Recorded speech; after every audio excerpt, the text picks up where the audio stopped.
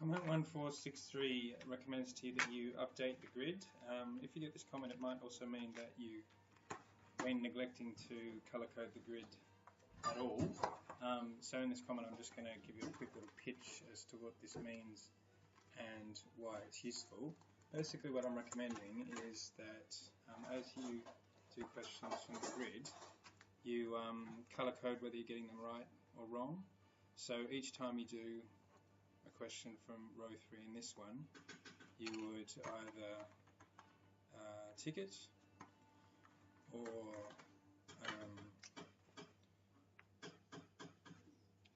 do a little amber symbol. We do not have to use the colors. If you're using the grid electronically, you can just type these little symbols on. So that means that across the 7 repetitions you've got the first right, the second right, the fourth right, the third and the fifth maybe half right, or you got it right by accident, or you fundamentally got it right but made a little classic mistake, and these little crosses mean that you plain on got it wrong, or you didn't know how to do it and therefore had to look up the answer or something like that. You can decide the meaning of these if you like. As I say, you don't have to color code them. You can just go like this. Whatever symbols you want to use.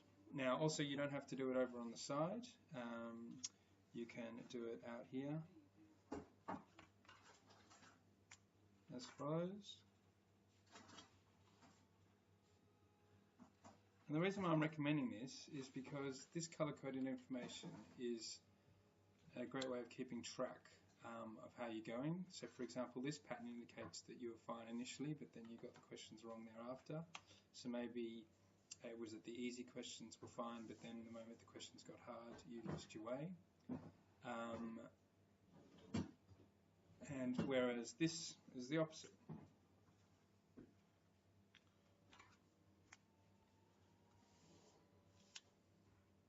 This suggests that something was initially problematic, but then gets fine thereafter.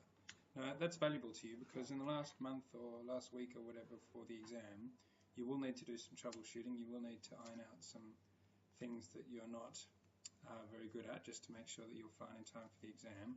And this color coding system will very quickly enable you to isolate which are the things that you're repeatedly getting wrong versus the things that you're repeatedly getting right. Just before I finish, just one little piece of advice for managing the color coding of the grid is that one reason why people often prefer to do the color coding out here is because over in this little space they can write little notes about what they need to avoid, mistakes they need to avoid making when they tackle this question again.